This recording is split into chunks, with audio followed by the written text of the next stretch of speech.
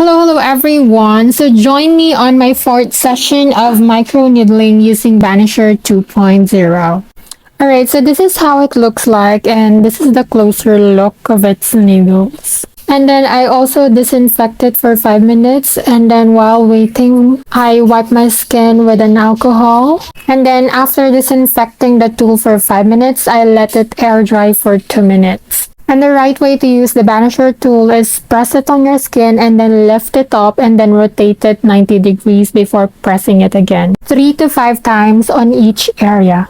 And then this is my skin looks like after microneedling. And then I used the Banish serum. So this is with vitamin C and E. And also after that, I also used or applied Banish vitamin C cream. So I use both of the products for faster wound healing and also to boost the collagen production on my skin. Alright, so that's it everyone. Thank you so much for watching. Bye!